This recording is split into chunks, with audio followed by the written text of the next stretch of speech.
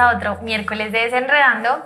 Hoy venimos con un tema denso, pero espectacular. O sea, de verdad, es una cosa loca que les va a volar la cabeza. Resulta que yo conocí al invitado. El invitado de hoy es Sebas Chinkowski. Sebas es un psicólogo un poquito diferente a lo que tenemos en nuestras cabezas cuando pensamos en un psicólogo. Es cofundador de Newo, que es un coworking que es muy famoso en Medellín. Y también es creador de Obmo, que hoy nos va a hablar un poquito de eso, de arquitectura de pensamiento, que también nos va a contar, y Mente 2.0, que de eso es el episodio de hoy.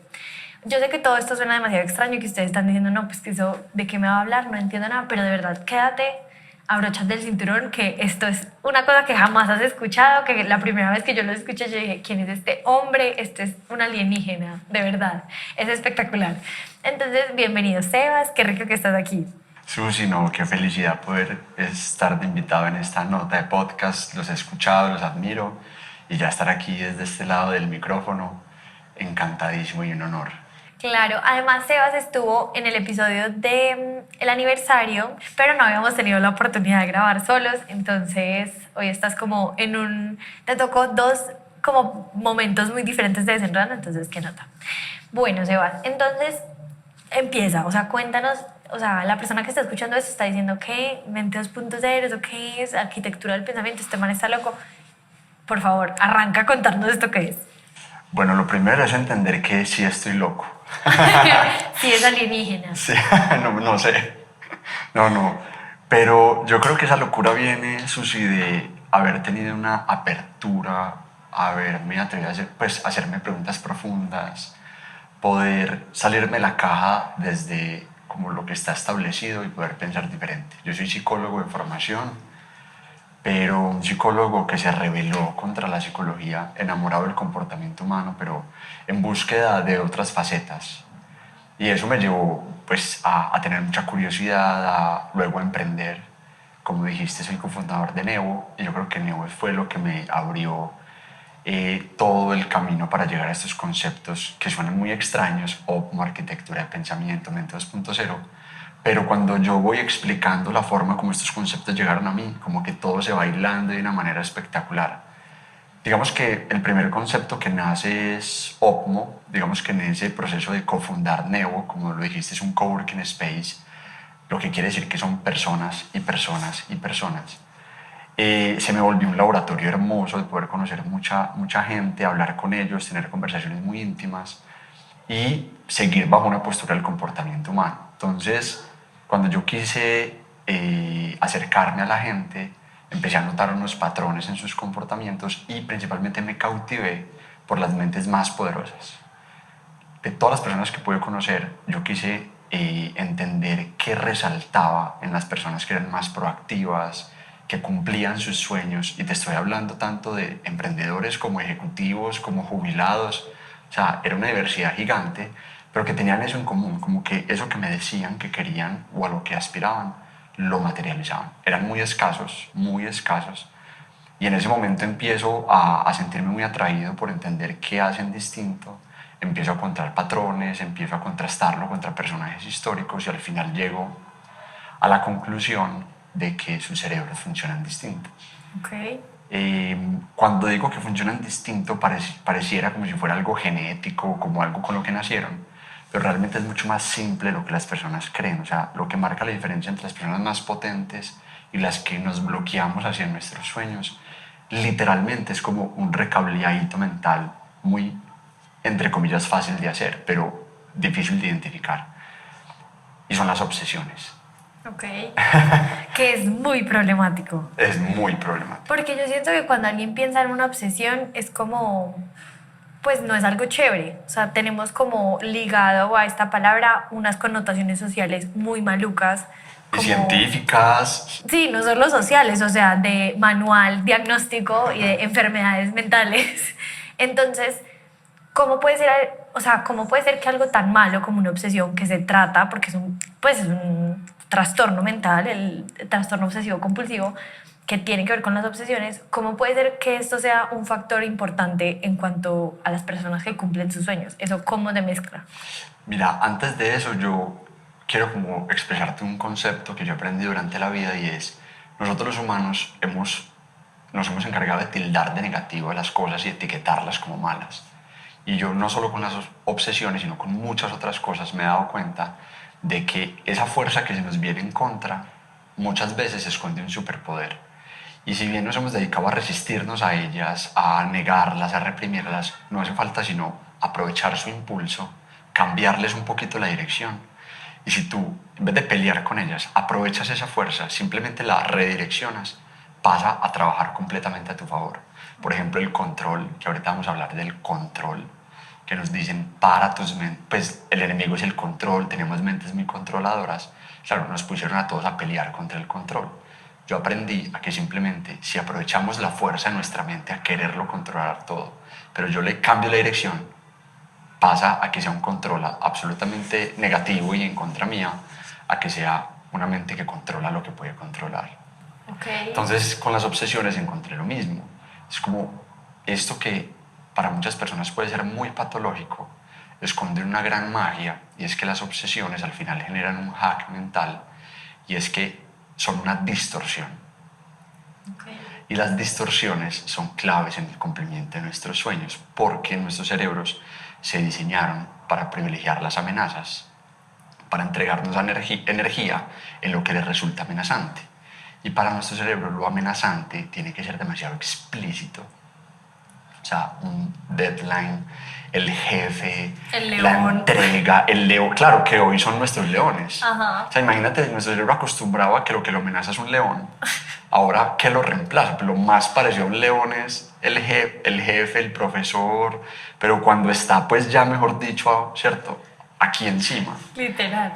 Ahora, nuestros sueños son cosas demasiado etéreas para nuestra mente y principalmente para el cerebro reptiliano. Es como que nunca creamos sistemas de amenazas, o nuestros sueños nunca nos van a llegar a amenazar porque no tiene jefes, no tiene deadlines normalmente, son cosas muy etéreas.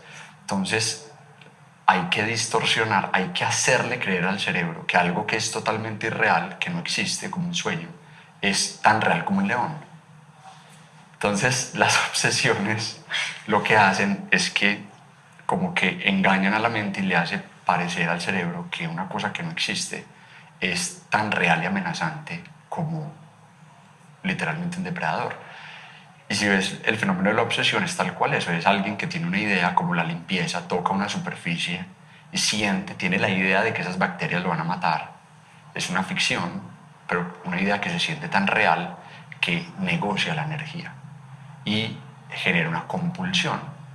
Tú, más que yo lo de saber que las obsesiones son obsesiones, es un trastorno obsesivo compulsivo, digamos que la magia de las obsesiones es que generan una compulsión, que es la necesidad de actuar. Sí, una acción repetitiva. Exactamente. Si tú canalizas eso y coges esos ingredientes y los pones cada uno en su lugar, el resultado es poder tener compulsiones hacia tus sueños. Entonces, yo sé que es mucho más complejo que esto, o sea, esto merece horas de conversación, es toda una metodología. Sí, de hecho, Sebas grabó un episodio con Inestables, que en algún momento grabé un episodio con Manu y con André. Si les interesa saber mucho más de OVMO, también pueden escuchar esos dos episodios, porque es parte 1 y parte 2, porque en este nos vamos a enfocar más como en otro, pero lo pueden complementar súper chévere con ese episodio de Inestables también. Entonces, Sebas, tú te diste cuenta como de todo esto, y este es OVMO, que es como tu primer paso. ¿En qué momento te das cuenta de que tienes que ir un paso más allá, o por qué pasa esta mente 2.0 que ya nos vas a contar también qué es? Susi, ese paso más allá era un paso más atrás. ¿Por qué? Porque OVMO es puro potencial humano, ¿cierto? Yo aprendí a sacar lo mejor de los cerebros, ¿cierto? Como a través de esas obsesiones moldeadas y aprender como a generar ese hack entre tu naturaleza más antigua y más nueva para, de nuevo, poner a que tengas impulsos hacia tus sueños. Eso es pura potencia. Pero me di cuenta que habían un montón de cosas que afinar mucho antes de sacar la máxima potencia de tu cerebro. Es como un instrumento. Antes de poder sacar sus melodías más elevadas, tú tienes que afinar ese instrumento. Y tú ves que un músico, antes de ponerse a tocar cosas hermosas, se dedica unos buenos minutos como afinando ciertas cuerdas. Y yo me di cuenta que si nosotros no organizábamos eso, antes de sacar la máxima potencia, es como coger un carro ponerlo a andar a 300 kilómetros por hora, sin, pues totalmente desajustado, ¿cierto? Sin el SOAT. Sin la tecnomecánica. No, pues con una llanta chueca. Ok. Entonces eso puede despelotar. ¿A qué me refiero con esas afinaciones? El sobrepensamiento, la gestión de las emociones, tu capacidad de estar aquí y ahora, ¿cierto? Son conceptos que, así tú saques un estado de emoción, tú seas capaz de obsesionarte a favor de tus sueños. Si tú no tienes una correcta gestión emocional, si tú no eres capaz de parar tu mente cuando no la necesitas, si tú no eres capaz de tener momentos de contemplación, si tú no eres capaz de entrar a la acción y tienes una mente altamente procrastinadora que posterga y evita la acción, o sea, tú puedes empezar a salir como un volador, pero transitar todo eso con un montón de dificultades emocionales. Digamos que hubo algo especialmente que fue como que lo que rebosó el vaso, y fue cuando la Universidad AFIT nos llama como Nevo a crear junto a ellos el nuevo centro de emprendimiento de la universidad. En ese momento, al ser una sede oriental a emprendimiento de alto impacto, o sea, empresas de base tecnológica, imagínate la candela, pues, con mis socios dijimos, vámonos a sentarnos con esos emprendedores, a escucharlos, a ver qué valorarían de una sede Nevo. Yo te confieso que yo me fui con una libretica a esperar a que me dijeran, Sebas, necesitamos un wifi brutal, necesitamos ergonomía, o sea, todo muy de Nevo, muy sedes de trabajo. Claro. Y la verdad es que de las primeras cosas que surgió, mucho antes de hablar de wifi y de cosas así, es una preocupación por la salud mental de ellos como cofundadores y como socios y de sus colaboradores. O sea, nos decían, no estamos durmiendo bien, el nivel de ansiedad, de estrés es impresionante. Entonces eso fue como lo que ella me dijo, como que, hey, Sebas. Sí, la gente se está quemando. Exacto. O sea, acá no solamente se trata de sacar el máximo potencial y acelerar como el potencial de la mente, sino como que preparemos la casa, organicemos la casa antes de poder, pues, como sacar todos esos potenciales. Y sabes qué, Sebas, yo pensaba ahorita como que, o sea, puede que una persona no esté lista para OVMO si los cimientos no están bien, o sea, porque si tú estás mal y encima de eso le tiras una obsesión, pues como que siento que puede ser muy problemático. Y OVMO puede estar como direccionado hacia cumplir sueños y como sacar tu mejor versión, pero también como que siento que es muy importante estar bien en este momento. Entonces, qué chévere que Mente 2.0 haya salido como de una necesidad como de qué está pasando, o sea, nos estamos quemando y mucho antes de potencializar, o sea, porque si no estamos bien, lo que estamos potencializando no es positivo, ¿sí me hago entender? Ya entiendes por qué el paso adelante era un paso hacia atrás. Total, no era meter segunda, al revés, era ponerlo en neutro. Era sí. Como calma, primero revisemos qué está pasando aquí adentro antes de potencializar. Porque si uno llega y potencializa algo, pues un basurero, al revés, solamente va a ser más basura y más basura. Entonces primero organicemos lo que ya hay. Así es. Entonces, como para la explicación conceptual, eso que yo llamo como orden mental, organizar la casa, afinar la mente, lo llamo arquitectura de pensamiento. Okay. Porque es un tema fascinante de cómo diseñar tus pensamientos, tu forma, qué hacer con tus pensamientos, para dónde dirigirlos, como cómo le metemos la mano al diseño en nuestras mentes. Entonces yo quedé con OPMO y arquitectura de pensamiento, como una fase de afinamiento primero, arquitectura, y luego una fase de potenciamiento OPMO. Digamos que en ese momento, cuando yo quedo con dos conceptos, yo soy súper purista y yo quería como integrarlos, como que yo dije, si bien tiene una lógica como cronológica, como tal, recomendada por mí, quisiera como crear un concepto que los integrara. Y yo me pregunté, ¿qué es capaz de hacer arquitectura de pensamiento combinado con OPMO? O sea, si alguien recibe esta información, este entrenamiento, ¿qué regalos está dando? Y yo dije, la próxima versión de su mente, una mente 2.0. Y eso nos mete en otra cosa brutal, que yo creo que es como la esencia del podcast, y es pues, el tema de mente 2.0 que nace, digamos, conceptualmente desde Chinco, desde Sebas de esa manera, pero también solo nombrarlo mente 2.0 ya está diciendo un montón de cosas. Dice, por ejemplo, que hay entonces una mente 1.0. Entonces surgen un montón de preguntas, bueno, pero ¿cuál es una mente? ¿Qué es una mente 1.0? Y un montón de cosas muy interesantes, porque cuando yo empecé a estudiar eso, como, bueno, ¿cuál es la próxima versión de nuestra mente? ¿Cómo se puede integrar este concepto y regalarnos el camino, por lo menos, hacia la próxima versión de nuestra mente? me di cuenta de algo que me pareció increíble y muy amenazante. Y fue darme cuenta que nosotros como humanidad nos hemos dedicado los últimos años, 100 años, a hacer que nuestras herramientas crezcan a niveles exponenciales. O sea, si tú ves el crecimiento de nuestras herramientas, ha sido absolutamente exponencial, ¿cierto?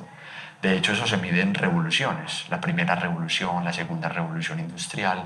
Dicen que ya vamos casi que pasando la cuarta, casi que ya asomándonos a la quinta revolución industrial. ¿Qué sería la inteligencia artificial o cuál sería la quinta?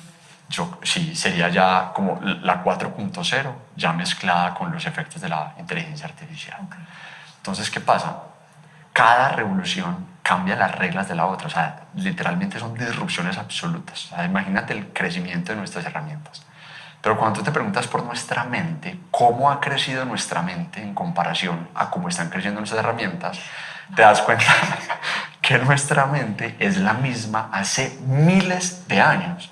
O sea, Susi, nuestra mente es la misma. Si tú lees a Shakespeare o te vas más atrás y lees a Platón, Aristóteles, cuando ellos describen la mentalidad humana, es como si nos estuvieran describiendo hoy. Ego, poder, ambición, las problemáticas son las mismas. Y hasta peores, o sea, siento que ha habido una involución. Estamos ni siquiera en la 1, sino menos.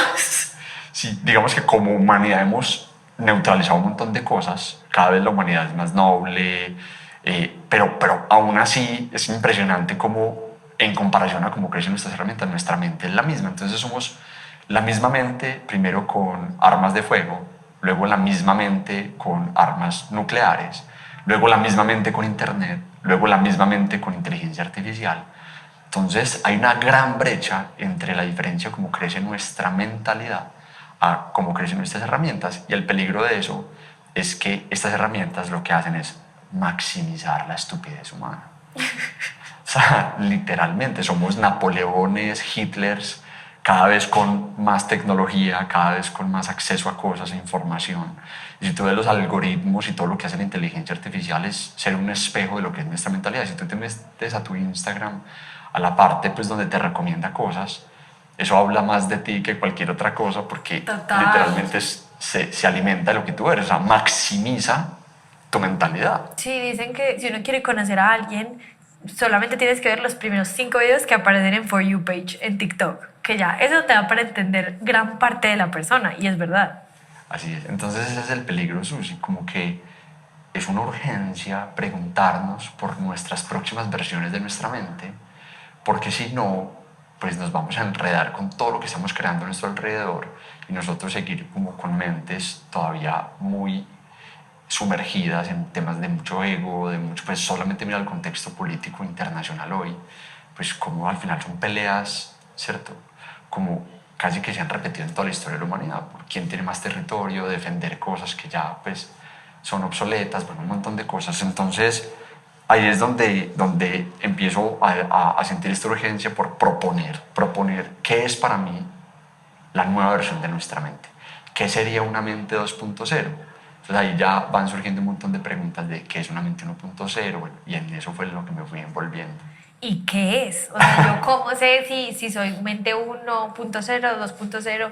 Cuéntanos un poquito qué es la 1.0 y pues y por qué surgió como en ti esta necesidad de hacer un entrenamiento, porque no habíamos dicho, pero todo esto, pues tanto como arquitectura del pensamiento, como mente 2.0 son entrenamientos que Sebas da para poder como desarrollar estas cosas en ti. Entonces, ¿qué es?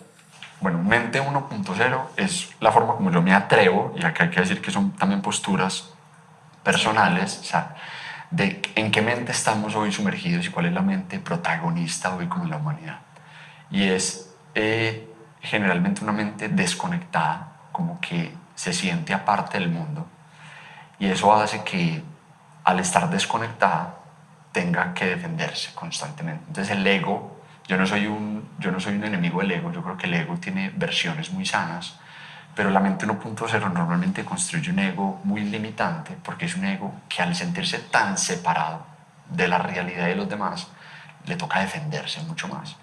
Entonces es un ego que se estructura desde la defensa, desde la reacción, desde sentir todo como un ataque.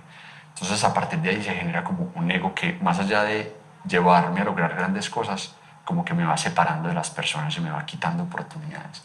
Una mente ausente, o sea, que vive en el tiempo psicológico y que le cuesta mucho estar presente, ¿no? Como le cuesta mucho estar aquí y ahora y constantemente está involucrada en el pasado, en el futuro y como que vive en ese tiempo ilusorio y le cuesta de nuevo como estar en este aquí y en el ahora. Es una gestión de emociones inmadura. O sea, normalmente no sabemos qué hacer con nuestras emociones y nos comandan de una manera pues como que de nuevo nos empiezas a limitar sabiendo que las emociones son un superpoder.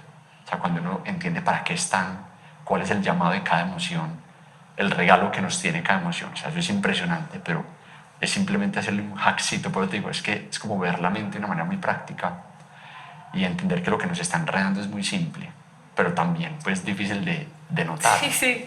Pues como sencillo, pero a la vez no. Pues como que es algo que está tan al frente de nosotros y que se podría asumir que es tan, como que suena tan fácil de hacer, que siento que siendo tan simple lo complejizamos tanto enredándolo nosotros mismos. Totalmente. Bueno, para seguir describiendo lo que para mí es una mente 1.0, es una mente que normalmente posterga la acción, o sea, una mente que procrastina y le cuesta entrar a la acción y que, digamos, como al ver a los demás con mucha desconexión, pues empieza como todo lo que le sucede empieza a atacar hacia afuera, ¿cierto? Como que todo lo que le acontece en su vida, sus dificultades, como que baila, se apunta por fuera de sí mismo y eso que me molesta de ti, como que voy y te lo, ¿cierto? Te ataco de alguna manera. Porque cuando ya hablamos de una mente 2.0, para mí es una mente que empieza a sentirse más conectada con la realidad, o sea, empieza a entender que todo lo que tú ves es una proyección de ti mismo, o sea, todo empieza a ser una proyección de lo que tú eres, empiezas a sentirte mucho más conectado con los demás y con el entorno y a ver el otro como un espejo, o sea, lo que te molesta en el otro, todas esas dificultades hablan más de ti que de la otra persona. Entonces es una mente que empieza a mirar hacia adentro y a resolver los problemas hacia adentro, más allá de salir a atacar como el exterior. Eso hace que el ego que forma una mente 2.0 no tenga que ser un ego tan defensivo, como que está a la defensiva, totalmente viendo todo como un ataque, sino que es un ego que más, se aprovecha más para lograr grandes cosas y competir contra uno mismo y no esa competencia exterior. Es una mente presente que logra conquistar el momento presente mucho más. Una mente que es capaz de entender que el aquí y el ahora es la única realidad que existe y ser capaz de jugar con eso y forjar su realidad y escribir las páginas de su vida en el instante presente y como que no habitar tanto en ese tiempo psicológico que pues, es un estado absolutamente ilusorio. Sí, que no existe Claro. en ninguna parte. Así es. Es una mente que te regala acción, o sea, que es capaz como, de nuevo, como es capaz de salirse de ese tiempo psicológico, entonces es una mente que se habilita mucho más para poder estar aquí y ahora. Entonces es una mente muy presente o más presente que te regala acción, o sea, es como que la procrastinación empieza a desaparecerse un poquito, empiezan a tener herramientas para afectar tu realidad y poner el control en lo que puedes controlar. Y por último, un tema emocional, donde se aprovechan las emociones como para lo que vinieron a la realidad y como que me permito mover a través de mis emociones y no pues como que antes me inunden y hagan... Me controlen. Exactamente. O sea, todos somos mente 1.0. No, y todavía algo muy loco, la realidad está diseñada para la mente 1.0. Porque la diseña la mente 1.0, claro, totalmente. Y, ok, entonces uno dice, listo, yo ya me identifiqué en la 1.0 y quiero llegar a la 2.0 porque eso me suena bacanísimo y yo quiero ser esa persona. ¿Cómo llego de A a B? Obviamente esto es todo un entrenamiento, pero ¿cómo nos podrías contar muy por encima qué pasos seguir para llegar a esa versión? Súper. Lo primero es entender que uno no va a pasar de la mente 1.0 a la mente 2.0. O sea, no es como que yo paso y ya pasé, como que me gradué de la 1 y pasé a la 2. El nivel. Exactamente. Sino que nosotros toda nuestra vida vamos a estar habitando las dos. Okay. O sea, vamos a estar entre unas y otras. Exacto. Probablemente nos demoremos generaciones en poder llegar y que sea la mente 2.0 la mente protagonista en la humanidad. Yo creo que nosotros los que estamos vivos hoy ya estamos haciendo mucho con que nos preguntemos por esto y empecemos como a pensar sobre la próxima versión de nuestra mente. Entonces, esto no es para que la gente sienta presión y diga como, ay, entonces ya Sebas dijo que hay una mente 2.0, yo quiero pasar a mi mente 2.0 ya, porque realmente no es algo como que tú pasas de 0 a 100, sino que tú empiezas a habitar las dos constantemente. Tú puedes irte a un paseo y vivir una mente 2.0 allá de presencia, de estar en el aquí, en el ahora, tranquilo, y que pases, luego llegues de vacaciones y vivas, ¿cierto? Y como que vuelvas a tu realidad, exacto, al sobrepensamiento, al tiempo psicológico, un montón de cosas. Entonces, en ese sentido, esa es la primera noción, es como que es conquistar momentos 2.0. Como empezarlo a entrenar. Ok, entonces ya que entendemos que no es como llegar, igualmente cómo podemos como empezar al menos a tener flashazos de esta mente 2.0. Súper. Yo lo definí como la subida a la cima de tu mente, como si fuera como una conquista. Okay. Y definí 5 estados. El estado de no pensamiento, como una primera conquista, como sé capaz de conquistar ese estado como de contemplación, de parar tu mente. Eso ya es impresionante. O sea, imagínate cómo estaremos que solo tener momentos de no mente, de no pensamiento, ya es una conquista. O sea, ya te está acercando a una nueva versión de tu mente. Es que cuando, pues para todas las personas que escuchan, Sebas me dijo, yo le dije, Sebas, por favor, tenemos que grabar wow. O sea, yo lo escuché dando una conferencia de OMO y yo dije, ¿quién es este hombre? Lo necesito en Desenredando.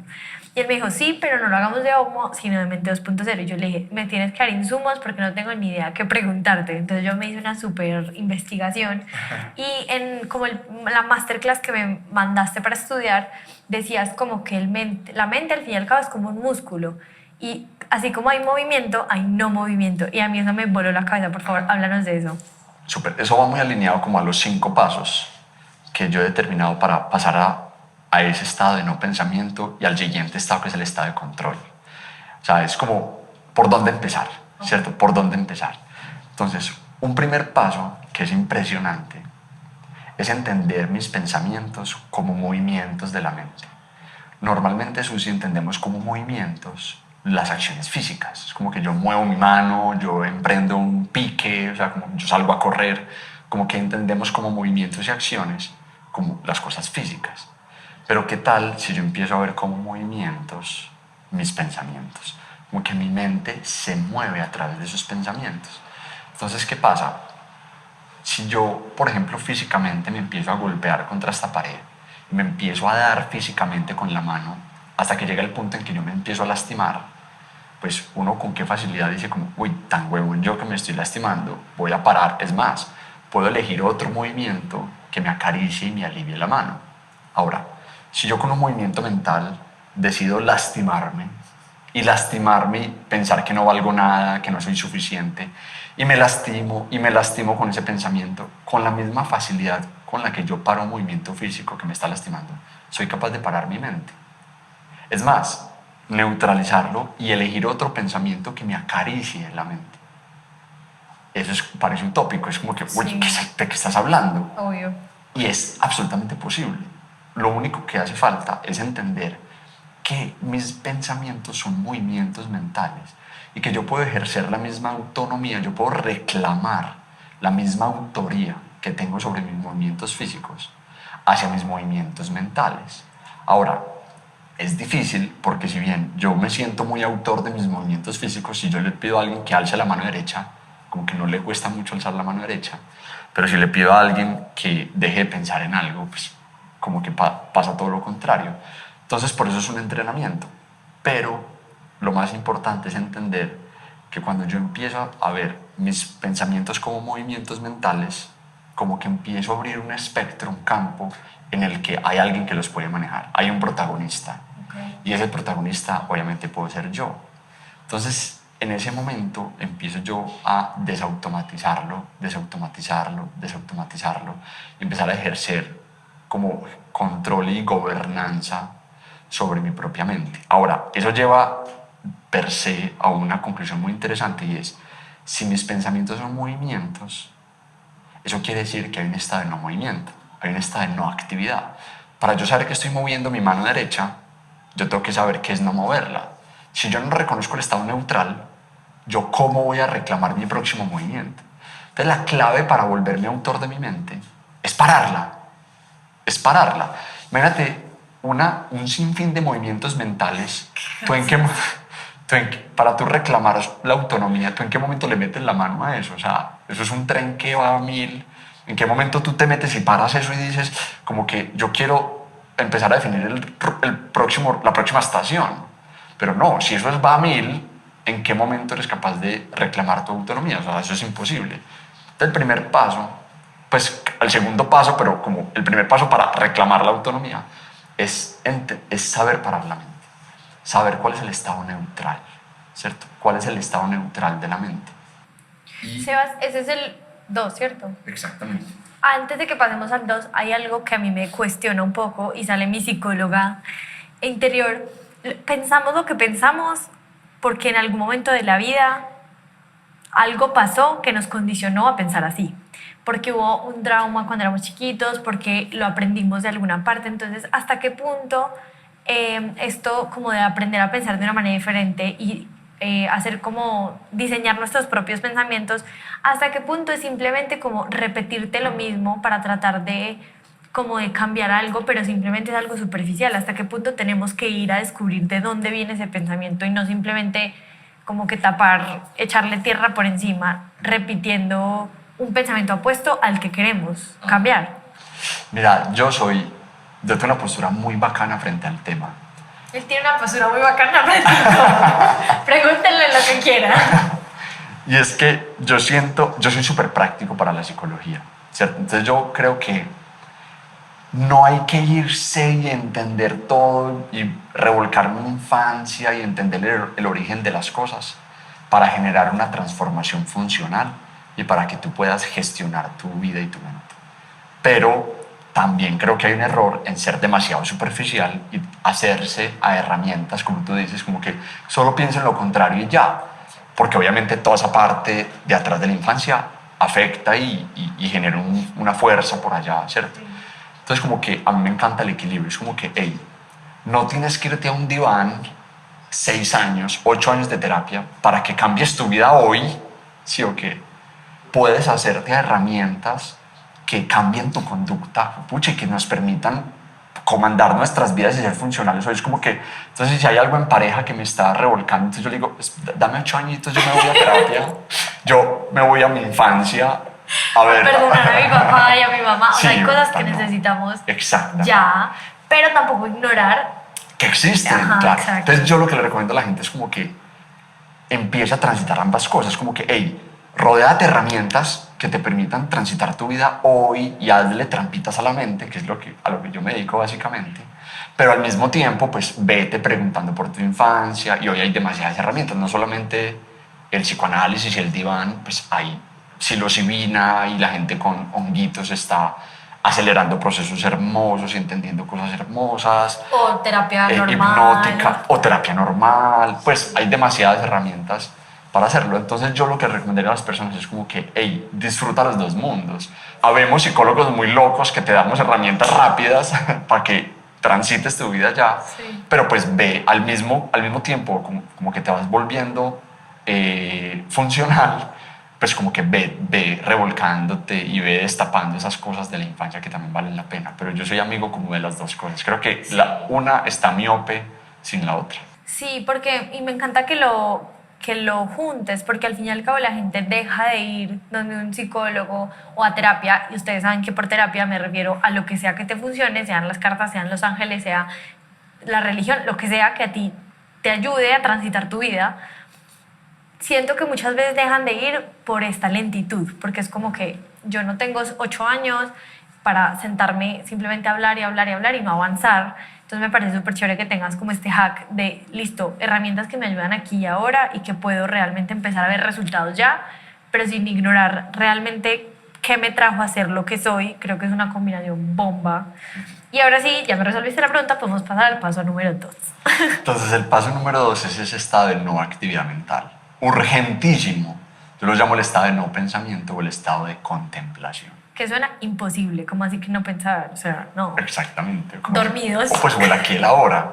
Uno se lee libros como El poder de la hora, uno sale iluminado, pero vaya pues sosténgalo, Me pasó. vaya pues aplíquelo. Entonces uno dice como que, hey, qué utopía este tema del aquí y el ahora, es como qué locura.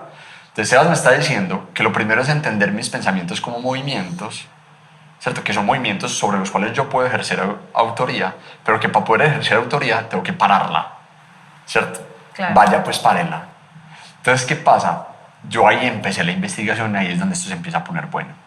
Porque yo empiezo a entender por qué es tan difícil poner la mente aquí ahora.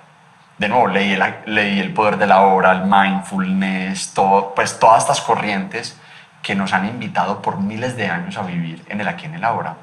Y yo digo, pero Dios mío, qué cosa tan difícil. Entonces empecé a explorar cuál es la naturaleza, la dificultad de parar nuestras mentes. Y me encontré que hay un eslabón perdido en todo esto y es el tema del control, que ahorita lo mencioné. Normalmente nos han vendido, la mayoría de corrientes nos venden el control como el enemigo. Es como que, hey, suelta el control. Tenemos mentes muy controladoras. Mientras quieras controlarlo todo, pues no vas a poder parar tu mente y estar en un estado de presencia. Digamos que yo soy muy evolutivo, a mí me gusta entender el cerebro por miles de años de evolución. Y yo dije, a mí esto no me huele bien, porque el control es como bien importante para el cerebro. ¿En qué sentido? Cuando tú ves por qué nace el control, a qué vino el control y por qué tenemos mentes controladoras, te das cuenta que nuestras mentes evolutivamente producen pensamientos como una estrategia de anticipación. O sea, los pensamientos, si tú le preguntas a los libros, a las teorías, como a toda la explicación evolutiva, nacen como una estrategia de anticipación. O sea, que nosotros como especie, e inclusive algunos animales que tienen pensamientos también, puedan anticiparse y ejercer estrategias de anticipación. ¿Qué es la anticipación? Puro control. O sea, porque yo me imagino tanto anticipación como de va a llover, entonces me voy a poner buzo, como yo sé que si yo te hablo en este tono tú te enojas, yo sé que no hay comida, entonces tenemos que ir a cazar el mamut, o sea, como en todo el rango, pero ¿por qué control? Porque eso es lo que te permite controlar situaciones a futuro a favor tuyas. No, más bien controlar acciones en presente. Ah, claro, total, total. O sea, ¿qué puedes hacer hoy? Y de hecho, toda la parte de la memoria, de los pensamientos del pasado, son también estrategias de puro control hacia futuro. Es como, hey, yo ayer pasé por ese arbolito, me salió un león. Ya no. ¿Qué voy a hacer mañana? ¿Cierto? Ok. De nuevo, hace un año o hace 50 lunas, en esta época llovió, se nos inundó todo, pues entonces, ¿qué voy a hacer en las próximas 50 lunas? O sea, los pensamientos esencialmente son una estrategia de puro control. Y nacen como un mecanismo de defensa del hombre al medio ambiente, tanto como o sea, desde el hombre hacia las otras personas y el medio ambiente. Pura adaptación. Okay. Pura adaptación. Más que defensa, sí, es como una defensa, es una defensa muy sofisticada. Sí, ok. Es una defensa muy sofisticada. O sea, los pensamientos sofisticaron nuestras defensas. Y nuestra vida también. Absolutamente. Ok. Entonces, como que el lenguaje del amor de nuestra mente muchas veces es el control. ¿Tú has escuchado los lenguajes del amor en las parejas? Sí, recordémoselos a las personas que escuchan esto. Actos como de servicio, contacto físico, tiempo de calidad, palabras de afirmación. Ah, no, las tienes clarísimas. No nos falta una. De pronto es... Como regalos. Ah, sí, obsequios. Obsequios. Entonces... Entonces, ¿qué pasa? A mí esto me cambió la forma de ver las parejas. Esto va a ser un paréntesis bacano. Y es que cuando yo aprendí los lenguajes del amor, fue demasiado revelador porque yo dije, pues madre, puede que mi lenguaje del amor no sea el que la persona le gusta recibir. Yo puedo sentirme amando mucho a esa persona, dándole un montón de amor a través de regalos físicos, y esa persona resulta que se siente amada es a través de tiempo. Entonces yo nunca estoy presente, la lleno de regalos, pero nunca estoy presente. Siento que la estoy amando profundamente y esa persona se siente la menos amada del mundo. Total. O sea, eso fue bomba. Me encanta porque es como que tú me ames profundamente no significa que yo me siento amada por ti. Pues es impresionante. Mi mejor analogía es que están en frecuencias diferentes en un walkie-talkie. Tú estás en el canal 2 y yo en el 3 y tú me puedes estar gritando, pero yo no te voy a escuchar. Exactamente. Entonces me encanta. Cerramos paréntesis. Entonces, ¿a qué voy con ese paréntesis? El lenguaje del amor de nuestra mente es el control. O sea, ella cree que nos está amando mucho cuando nos está diciendo, Susi, controla esto, ¿qué va a pasar? Vení, ¿qué va a pasar? Controla.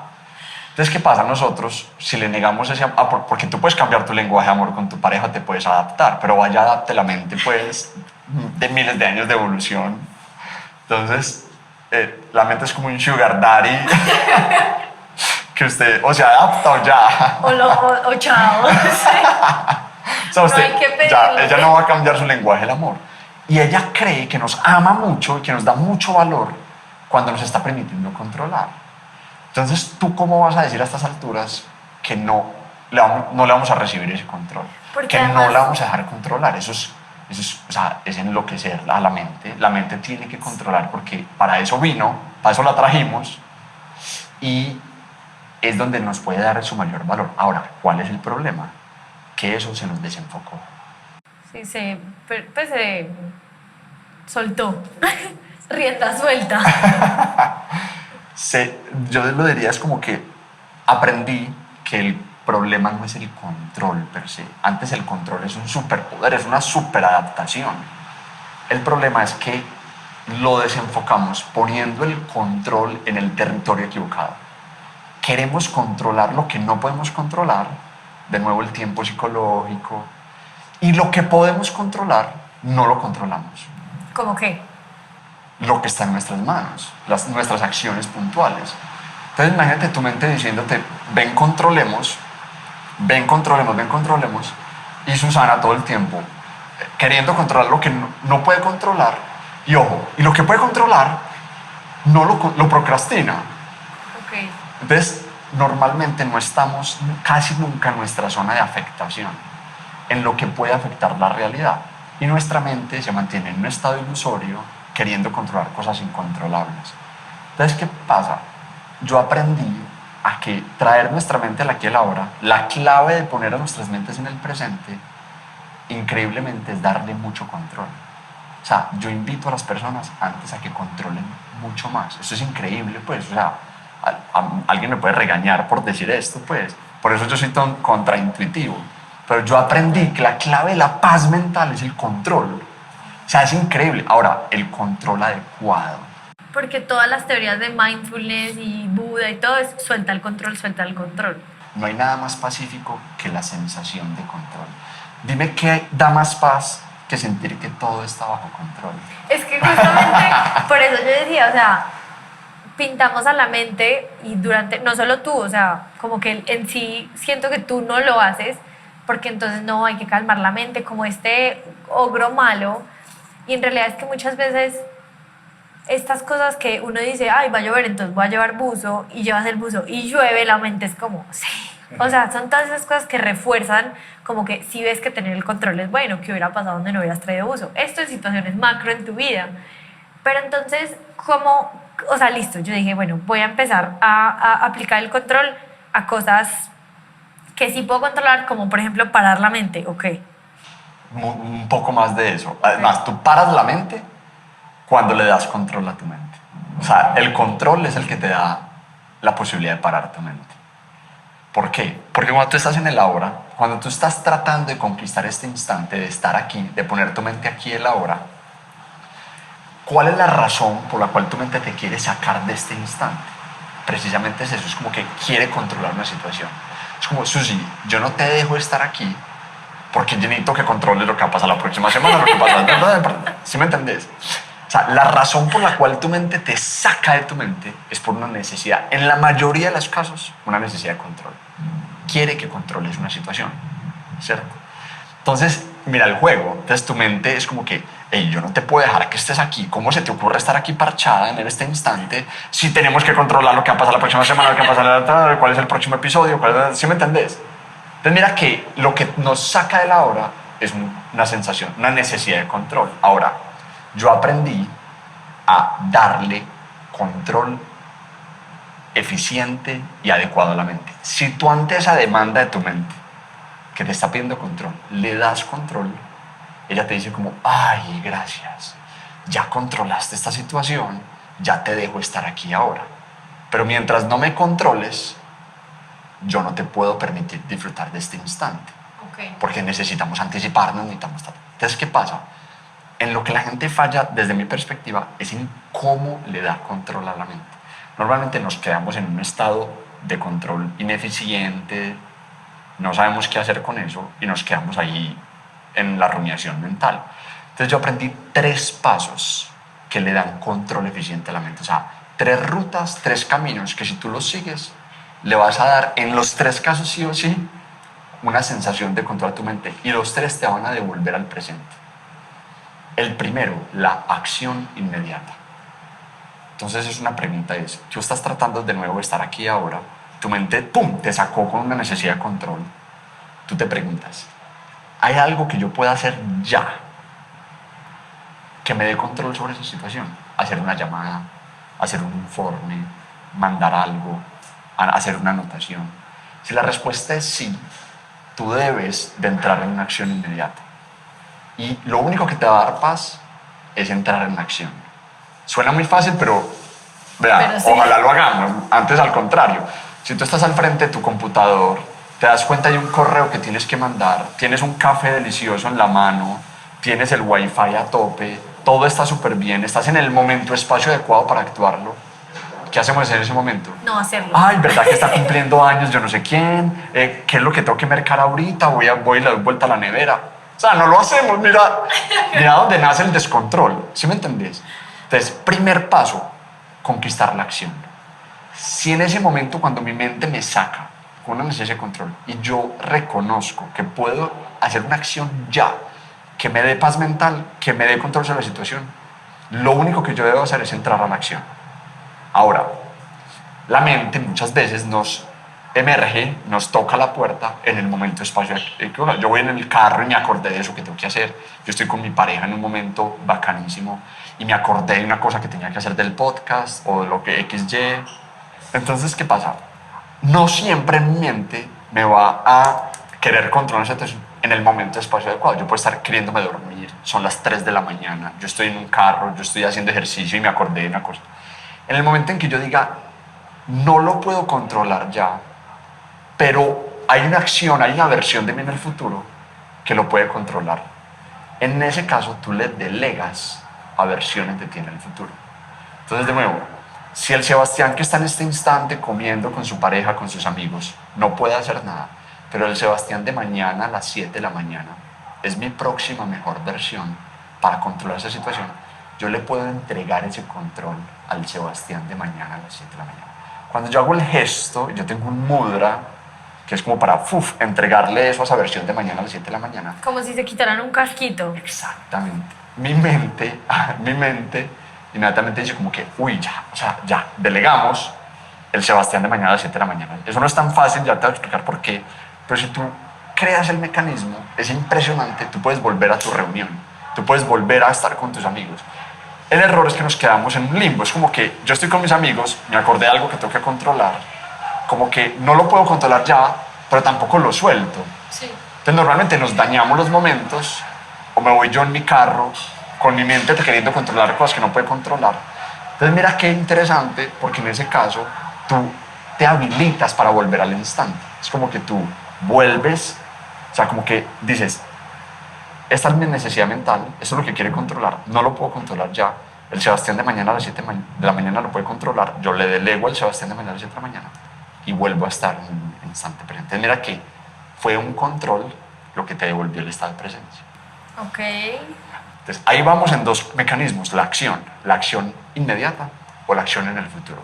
Y tú, en esta masterclass que yo vi, decía como tu versión a la que se la delegas tiene que ser tu mejor asistente, o sea, esa persona a la que uno dice, encárgale eso a Pepito, que él lo saca adelante, que él te lo entrega perfecto. O sea, porque también es, entonces, si yo empiezo a delegármelo, o sea, ¿hasta qué punto es procrastinación y hasta qué punto es delegar? Me encanta tu pregunta, Susi, porque este mecanismo, el de delegarse a versiones de uno en el futuro, solo funciona cuando tú no estás en el tiempo-espacio adecuado para ejercer una acción. Okay. Porque puede confundirse con seguir postergando. Por eso siempre les enseñé el primer paso y es la acción inmediata. O sea, si tú reconoces que tú puedes actuar al respecto, o sea, estás en el momento, espacio adecuado para ejercer una acción, tú debes actuar. Si tú en ese momento le delegas una acción en el futuro, tú lo que estás es tirando un basurero para el frente, tirando un basurero para el futuro que después te va a caer encima durísimo.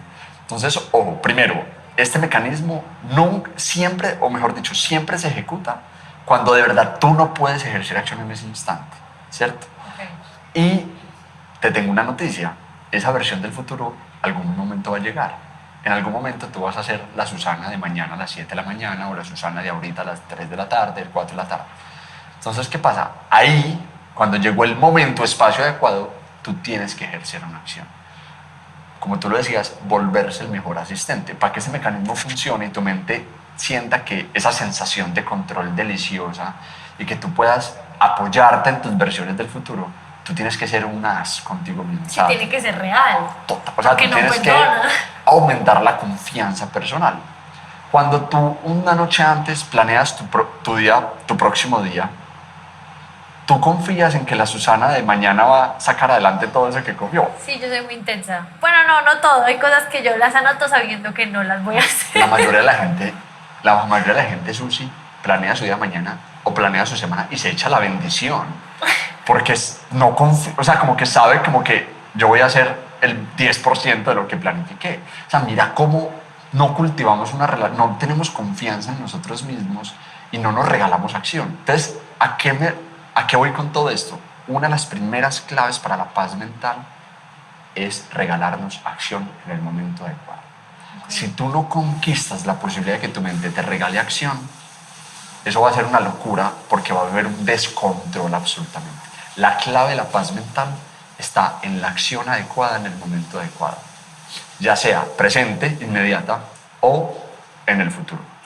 Ahí estamos abordando lo que yo puedo controlar, ya o mañana, pues, o en el futuro. Ahora, mucha gente en este momento le deben de estar saliendo letreritos diciendo como, Sebas, y lo que yo no puedo controlar. Sí, no se vayan. Claro, recuerden que son 3 caminos. Yo sé que la conversación está demasiado buena y sé que es un episodio demasiado potente, pero al haber tantos términos tan importantes decidimos partir el episodio en 2 partes. Entonces, sí, te voy a dejar iniciado o iniciada y te voy a dejar con la duda y vuelve el próximo miércoles para terminar de desenredar todo lo que estábamos enredando en este episodio. Nos vemos el próximo miércoles. ¡Chao!